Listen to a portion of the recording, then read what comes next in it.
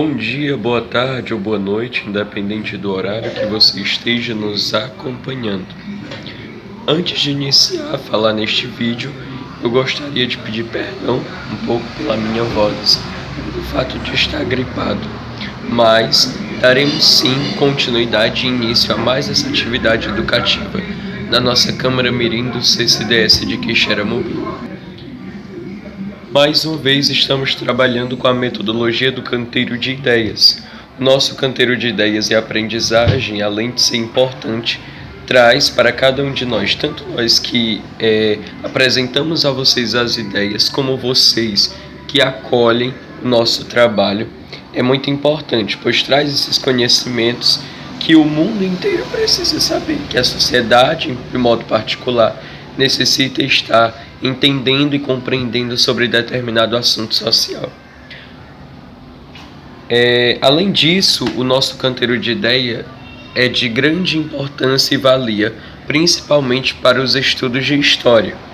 O mais importante cidadão quixeramobinense aqui do nosso município foi Antônio Conselheiro. Acho que com certeza todo mundo já tenha ouvido falar sobre ele.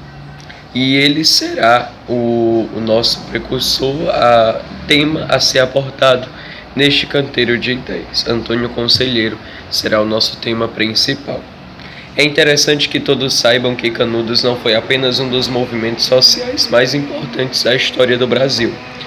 É graduado até hoje uma exemplaridade da estrutura social e da forma de convivência das classes e dos grupos sociais daquela época no nosso país.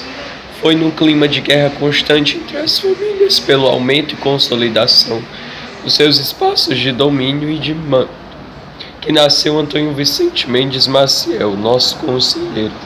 Sua família eram os Maciéis, que estavam totalmente exterminadas pelo longo tempo de luta com os poderosos Araújo, que tinham grande poder econômico e político em todo o sertão central do Ceará. Então, contextualizando um pouco de Canudos e da vida de Antônio Conselheiro. Dando continuidade, Antônio Conselheiro nasceu na nossa Quixeramobim em 13 de março de 1830. Seu pai, Vicente Mendes Maciel, era comerciante e sua mãe era Joaquina Maria de Jesus. Quando o Conselheiro nasceu, seus pais ainda não eram casados, embora vivessem maritalmente. Ele foi batizado na Igreja Matriz de Santo Antônio, no dia 2 de maio do mesmo ano. Quem o batizou foi o vigário da paróquia, o padre Domingos Álvares Vieira. Os padrinhos de Antônio Conselheiro foram Gonçalo Nunes Leitão Júnior e sua madrinha foi Maria Francisca de Paula Lessa, a Marica Lessa ou Guidinha do Poço, conhecida assim. Seu pai contraiu o matrimônio 2 vezes. A primeira em 31 de agosto de 1834, com a mãe de Conselheiro. Desse relacionamento nasceram Antônio Vicente Mendes Maciel, que é o Antônio Conselheiro, as suas irmãs Maria Francisca e Francisca Maria. Em 20 de fevereiro de 1836, casa-se pela segunda vez com Francisca Maria, com quem teve 2 filhas, sendo elas Doroteia e Rufina.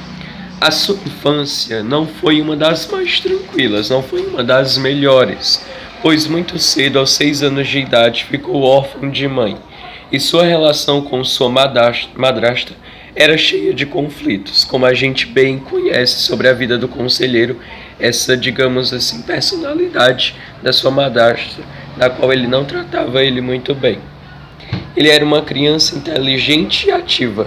Muito cedo, improvisava discurso e em cima do balcão do comércio do seu pai, já improvisava esses discursos, que chamava a atenção de quem por lá passava. Ele passou sua infância, a juventude e parte da vida adulta em Quixeramobim, ao lado do seu pai. Agora eu tenho essa pergunta para vocês. Vamos conhecer um pouco mais sobre a história de Antônio Conselheiro? Se a sua resposta é sim, é só ficar ligado aqui no nosso vídeo, no nosso trabalho, no nosso canteiro de ideias da Câmara Mirim. Vocês vão acompanhar agora algumas imagens retratadas de Antônio Conselheiro. Esta primeira é no memorial que temos aqui na cidade de Quixeramobim, onde tem essas estátuas, uma delas com a figura de Antônio Conselheiro. E vamos dar continuidade ao nosso trabalho. Acompanhe mais algumas imagens e eu vou estar aqui me comunicando com vocês. Pois bem, minha gente, Antônio Vicente Mendes Maciel era um moço sério, trabalhador, honesto e também religioso. Seu pai queria que ele fosse sacerdote, por isso se preparava com o professor Manuel Antônio Ferreira Nobre. Ele aprendeu muito cedo a ler e escrever. Estudou português, latim, aritmética e francês. Logo na infância, já mostrava tendências religiosas, frequentando com regularidade os atos religiosos, as liturgias, na matriz de Santo Antônio, lendo com avidez os textos religiosos disponíveis. Seus livros prediletos eram Lunário Perpétuo, Princesa Magalona, As Guerras do Imperador Carlomagno, 12 Pares da França, Missão Abreviada e o livro do Padre Gonçalves, publicado em 1887. Também teve como leitura coletâneas de meditação extraídas dos Evangelhos, principalmente da Paixão de Cristo e histórias da vida dos santos. Todas essas leituras influenciaram a vida do nosso ilustre conterrâneo, que na época era considerado inteligente e privilegiado. Com a morte do pai em 1885, ele assumiu os negócios então que o pai deixou. As menores também por conta de conselheiro, até elas ficarem com a maioridade. Sua casa era comércio e moradia. Era uma construção sólida e ampla, situada na rua Cônego Aureliano Mota, número 210, próximo à Praça Dias Ferreira, no município de Quixeramobim, e essa praça conhecida como Praça Nossa Senhora de Fátima, onde até atualmente temos a imagem de Nossa Senhora de Fátima nesta praça. Passado algum tempo, essa praça foi vendida para saldar os débitos do pai. Sabe quem comprou? Foi o comerciante do Aracati, o coronel Antônio Rodrigues da Silva e Souza. Uma vez vendido o prédio, as dívidas foram pagas e o restante do dinheiro foi reatado entre os herdeiros. Conselheiro passou a conhecer bem a realidade da opressão e da impunidade dentro da sua própria família. Pois é, meus amigos, todos aqui no nosso canteiro de ideias temos que ter vez e voz. Enquanto os nossos outros vereadores não começam a apresentar suas ideias, os seus aspectos sobre a história de Antônio Conselheiro, vocês continuam acompanhando mais algumas representações, seja através de caricaturas, de desenhos e de gravuras e também imagens. Eu vou continuar aqui apresentando alguns aspectos para vocês. Vocês sabiam que em janeiro de 1855, Antônio Conselheiro casou-se com sua prima legítima de nome Brasilina Laurentina de Lima, com quem teve um relacionamento bastante tumultuado? Se você não sabia agora, você está sabendo. Brasilina era uma mulher jovem, de 20 anos de idade. Era alta, magra, de cor branca, cabelos pretos, rosto oval, nariz afilado, olhos grandes, pretos e vivos, bonita e prazerosa. Vendido o prédio, Conselheiro deixa a cidade e vai morar na fazenda Tigre, distante 8 léguas da sede do município. Ele começa a lecionar numa escola primária as disciplinas de português, aritmética e geografia. Transfere-se juntamente com a esposa para os sertões de Tamboril e acosta-se ao tenente Joaquim José de Castro. Por essa época, começa a desentender-se com Brasilina, com quem não era mais feliz. Não obtendo sucesso em Tamboril, ele dirige-se para Campo Grande, em Guaraciaba do Norte. Em 1859, passa a exercer a profissão de caixeiro no estabelecimento comercial do Major Domingo Carlos de Saboia. Nesse contexto, nasce o seu primeiro filho. Mas com o fechamento do comércio do Major, o conselheiro retorna à condição de desempregado, conhecendo a pobreza nua, esfomeada e doente dos sertões. Em Campo Grande passa a ser advogado, rábula, da pobreza, que não sabia como recorrer à justiça, ou seja, ele passa a ser um auxílio para essas pessoas de classe baixa. Em Campo Grande nasce o seu segundo filho. De Campo Grande ele muda-se para a cidade do Ipu, como em outros fatos, uma nova fase inicia na sua vida. Vamos agora passar para conhecermos mais um pouco sobre essa trajetória e caminhada de Antônio Conselheiro, mas só que quem vai falar com vocês agora é um outro integrante da Câmara Mirim. A gente se encontra em breve. Fica ligado. Oi, eu sou Anne Gabriele. E a história continua em Santa Quitéria.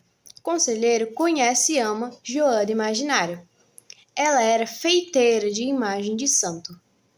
E deu a conselheiro um filho, que foi chamado de Joaquim Aprígio.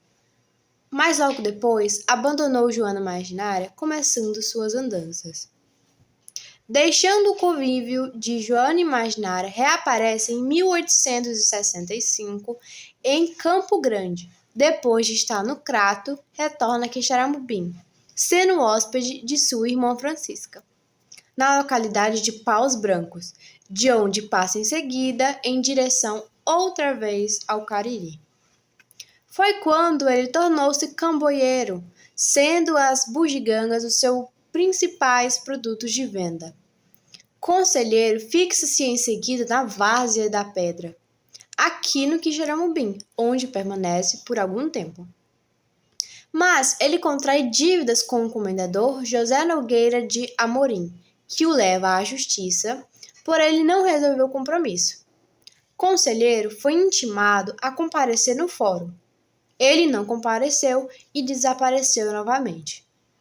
Por essa razão, em 18 de julho de 1871, foi citado como réu primário. Depois, a dívida foi paga mediante sequestro de bens. Obrigada. Vocês nem imaginam o que aconteceu. Foram 6 anos sem notícia de conselheiro. Todavia, tens conhecimento de que ele transitou pela fazenda Urucu, em Assaré, onde reencontrava seus amigos, Honório e Antônio Villanova. Depois, já próximo dos 40 anos de idade, corre notícias de que ele estava perambulando pelos sertões de Pernambuco, vestido com trajes de profeta, chapéu de palha e cabelos longos. Anos depois, ele foi encontrado na vila de Itabaiana, em Sergipe. E 2 anos mais tarde, ele foi visto na vila de Itapicuru de Cima, na Bahia. Estão gostando de conhecer a vida de conselheiro? Vejam só, quando não se conhece o fato, tudo inventam. Surgiram comentários falsos de que Antônio Vicente Mendes Maciel, o famoso Antônio Conselheiro, havia assassinado sua própria mãe e a esposa. Então ele foi preso em 1876 na Bahia.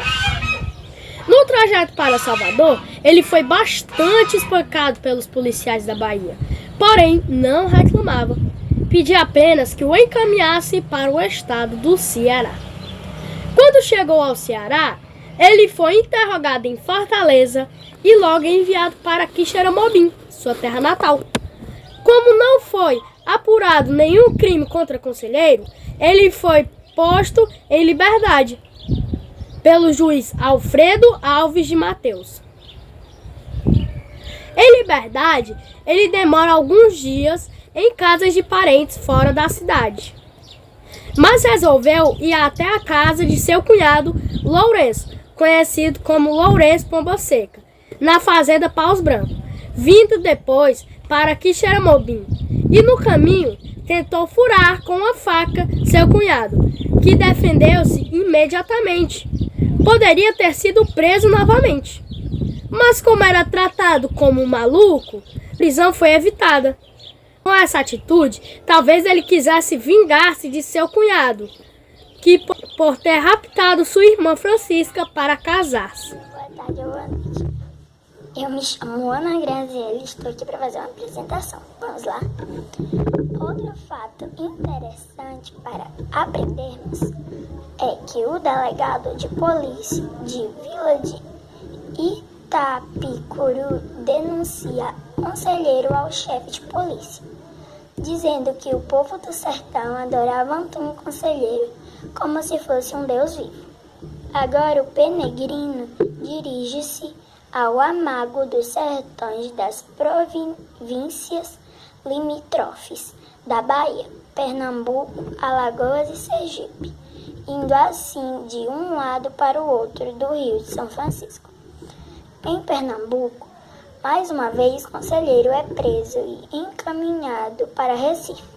No trajeto, como aconteceu na Bahia, Conselheiro sofre espancamentos pelos policiais. Não obstante a proibição de arcebispo de Bahia, Conselheiro continua a pregar a palavra de Deus sob as latadas em pleno sertão, não temendo a ação das autoridades. Além de tudo que aconteceu, em 1893, o governo central autoriza os municípios a cobrarem impostos no interior. Por falta de empresa e outros meios de difusão, os editais eram pregados em tábuas nas portas das casas das câmaras municipais. Sabe o que fazia o nosso Antônio Conselheiro com os seus adeptos? Ele achava que essas cobranças eram extorsões à população pobre do interior. Em Quixeramobim, Vila Campo Maior, que nasce o personagem principal com o nome Antônio Vicente Maciel, que não é conhecido só na sua terra, mas mundialmente. Sua vida foi muito difícil, vindo de uma família de comerciantes. Logo sua mãe morreu e teve uma madrasta que o maltratava muito. Já o homem teve que cuidar das suas irmãs e do comércio da sua família. Logo depois da morte de seu pai, o seu comércio faliu. Logo depois conheceu Brasileiro, que se casou e se mudou para a fazenda de sua madrinha. Foi professor e etc. Depois se mudaram para Belo Monte. De lá criaram Canudos. Com nenhuma das pessoas pagando impostos e com o crescimento do arraial, ele queria construir uma igreja maior.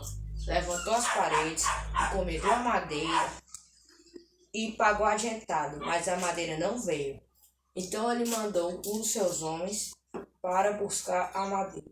E logo surgiu boatos que ele ia invadir a cidade. Foi o suficiente para o governo criar uma guerra.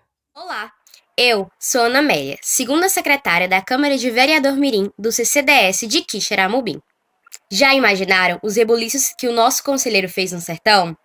A queima dos editais sobre os impostos, em bom conselho, foi o estopim para que se derragasse o confronto do governo com os conselheiristas.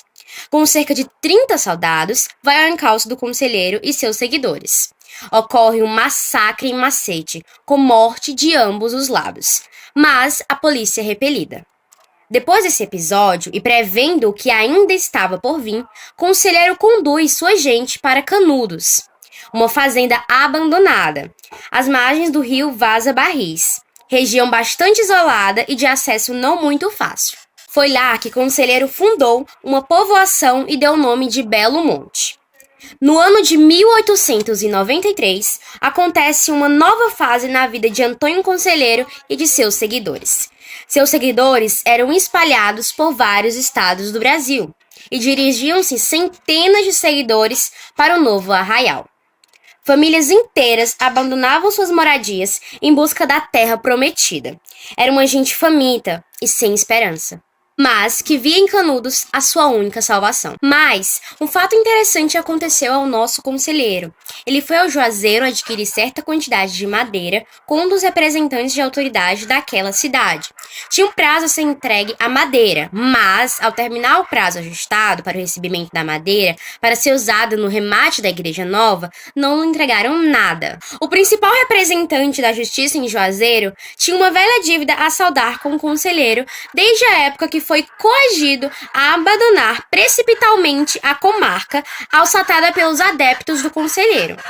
Aproveitando a situação que surgia para o desafronta, não havendo entrega da madeira negociada, propagou-se o boato de que os conselheiristas iriam invadir Juazeiros e buscar de arma em punho, o que ocasionou pânico na população. Autoridades locais apelaram para o governo do estado, a qual embarcou naquela catástrofe em andamento, sem tomar as devidas precauções, sem examinar com calma e prudência os detalhes envolvidos na questão. Foi despachada uma tropa com mais de 100 homens, cedida pelo 3º Distrito Militar, comandado pelo tenente Pires Ferreira. Conselheiro não esperou de braços cruzados a chegada do contingente, enviou grandes comitivas a seu encontro. O choque se deu em Uaá, onde perneitava a tropa do governador. Embora o número de conselheiristas fosse bem superior, seu armamento não passava de carabinas rudimentares, foices e similares. Por falta de experiência na arte de guerrilhar, as baixas entre eles foi bem superior. Tenente Pires teve que fugir às pressas com o restante da tropa. O médico da tropa enlouqueceu durante os combates. Dada a resistência oferecida pelos camponeses, a Bahia pede ajuda ao governo federal, que, se valendo a alegação... Um pouco a confusão com os conselheiristas, prepararam a segunda expedição contra Canudos, sem um plano firme, sem responsabilidades definidas, através de explicações entre as duas autoridades independentes e iguais. Compõe-se a princípio de 100 praças e 8 oficiais de linha e 9 oficiais de forças estaduais. Assim constituídas, seguiu em 25 de novembro para Queimadas, sob o comando do major do 9º Batalhão de Infantaria Febrônio. Se organizaram com 4 metralhadoras, 2 canhões de campanha e mais de 250 soldados, sendo 100 do 26º Batalhão de Aracaju e 150 do 33º Batalhão de Alagoas. A segunda expedição, enviada contra o conselheiro, que era o primeiro cargo do exército, não teve melhor sorte do que a anterior. Vejam só. Eles foram atacados pelos conselheiristas ainda a caminho de Canudos. Nem conseguiram chegar a Canudos.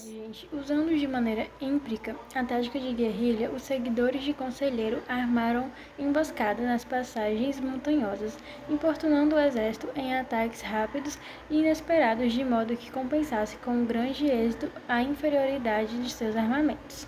O major Febrônio de Brito, ao ver sua tropa altamente desgastada, compreendeu que não tinha a menor condição de tomar Canudos. E sabe o que ele fez? Ordenou o recuo quando ainda se achava uma légua do reduto de Conselheiro.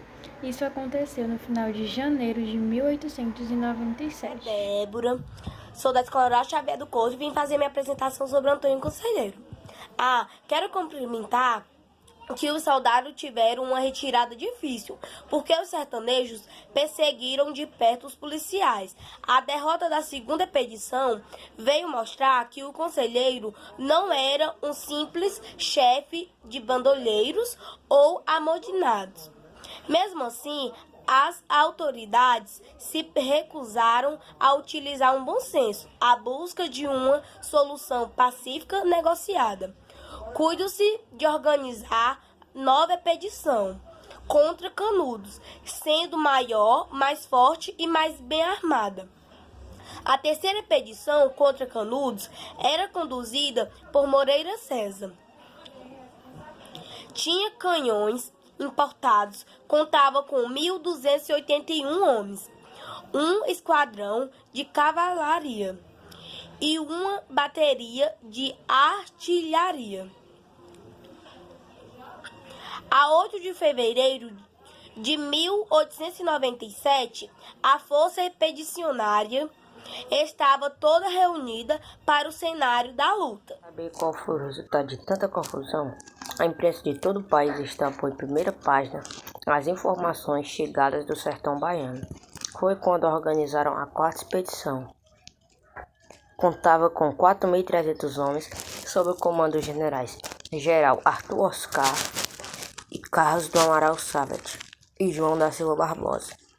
Foram deslocadas unidades militares dos estados do Rio Grande do Sul, Paraíba, Rio Grande do Norte, Piauí, Maranhão, Pará, Sergipe, Pernambuco, Ceará, Bahia e do Distrito Federal. Oi pessoal, estou aqui de volta com vocês. Para concluir, Antônio Conselheiro permaneceu até o fim, coerente à causa que abraçava, a luta intransigente em defesa dos mal-aventurados. Supõe-se que falecera 12 dias antes da Guerra de Canudos, com 67 anos de idade, ou seja, a 22 de setembro de 1897. É oportuno esclarecer que os conselheiristas eram organizados, pois desde o início da formação de Canudos, alguns elementos foram destacando e daí conhecendo uma organização como divisão de tarefas que se definiram no decorrer das primeiras campanhas, os encarregados de recrutar e preparar novos combatentes, os responsáveis pela vigilância em torno de Canudos. Então, entre as pessoas, entre os canudenses, era dividida essas N funções lá referentes ao povoado de Canudos. Os incumbidos da administração também tinham esses administradores e o do policiamento interno. Não se pode compreender o fenômeno de Canudos sem uma análise da conjuntura em que vivia o país, sobretudo o nosso Nordeste da época, com relação aos aspectos tanto econômico como social, político e também religioso. Acreditamos que estudar sobre conselheiro inova 3 questões importantes. A primeira é a descoberta de que Canudos não pode ser interpretado fora dos messiânicos como expressão de classe nos modos de produção pré-capitalista. A segunda, a desmistificação do caráter sebastianista de Canudos e, consequentemente, descoberta através de farta documentação produzida na época, incluindo textos manuscritos do próprio conselheiro e dentre outros. E a terceira é que Canudos surgiu como uma proposta e uma resposta alternativa ao sistema sociopolítico vigente e deve ter sido influenciado pelas comunidades cristãs primitivas. Só sabemos que fanático ou não, líder ou iluminado, não importa. O nosso conselheiro era uma ameaça ao bem-estar social e à segurança nacional. O conselheiro deixou então de ser caudilho para ficar como fanático apenas, conduzindo uma turma de bandoleiros. Surgiram tentativas sociológicas e explicações para a então Guerra de Canudos, além de análises psicanalíticas para as ideias de conselheiro. Os aspectos ideológicos de Canudos foram revistos e a figura de conselheiro ganhou novos valores. Na verdade, conselheiro era um grande líder, pacifista, lúcido e letrado. Ele queria uma sociedade igualitária. E nós, da Câmara de Vereador Mirim do CCDS de Quixeramobim, queremos que os nossos seguidores, professores e alunos estudem e conheçam a verdadeira história de Antônio Conselheiro. Queremos então, de modo especial, agradecer a todos vocês que nos acompanharam em mais uma atividade da Câmara Mirim. A história de Antônio sobre a história deste grande líder, em nome da nossa orientadora, assistente Antônio social, Conselheiro, mestre em educação, Tia Mazé nas escolas, agradecendo mais uma vez a todos vocês que se dispuseram a conhecer a história do quixeramobiense Antônio Conselheiro. Um forte abraço. Câmara Mirim, Atitude Cidadã, CCDS de Quixeramobim.